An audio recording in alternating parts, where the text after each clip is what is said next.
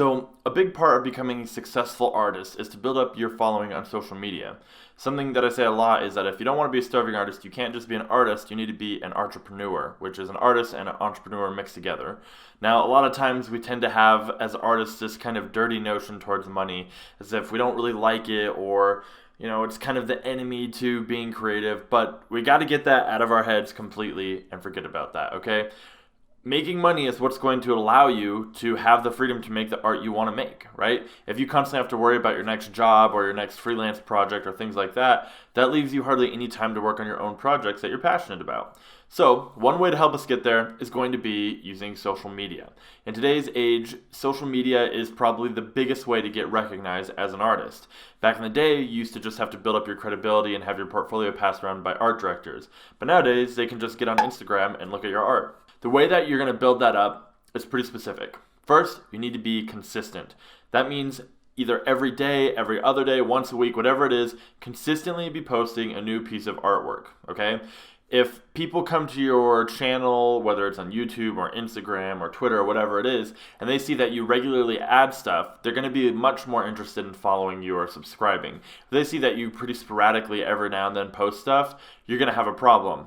Now, even I struggle with this personally, and it can be pretty overwhelming trying to hit a bunch of different social media at once, which is why the second thing is to start out mastering one, right? Pick one social media that you think you're better at than the others, or you already have a bigger following, and start with that one first. Once you get that one to a pretty good size and you have a good grasp on what the ins and outs of that are and what people like, then you can move on to other social media. For me personally, my biggest form of social media is YouTube.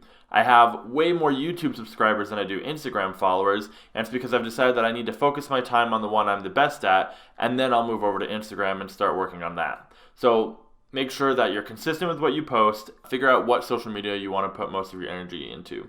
The third thing that you want to think about is what are the people watching you looking for, okay?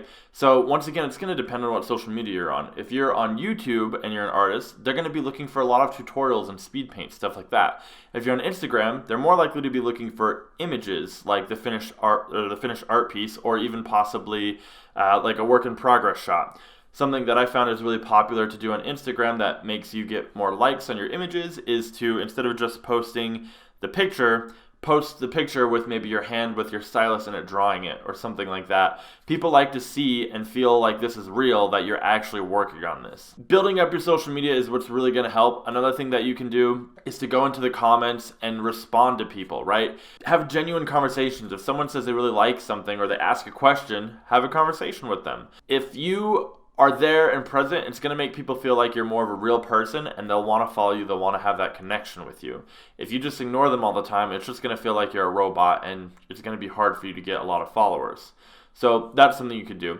As far as going and sharing your social media with other people, make sure that it's organic, right? You want to make sure that you're actually building a relationship with someone before you just start throwing out your social media, or it's just going to feel like you're trying to use them to get more followers, and no one likes to feel like that. That's it for building a social media following. Keep those things in mind because, like I said, the more of a following you get, the more likely you'll be able to use that following to make additional revenue as an artist, and the more money you make, the more freedom you have to work on whatever projects you want. So that's it for this lecture. I'll see you guys in the next one.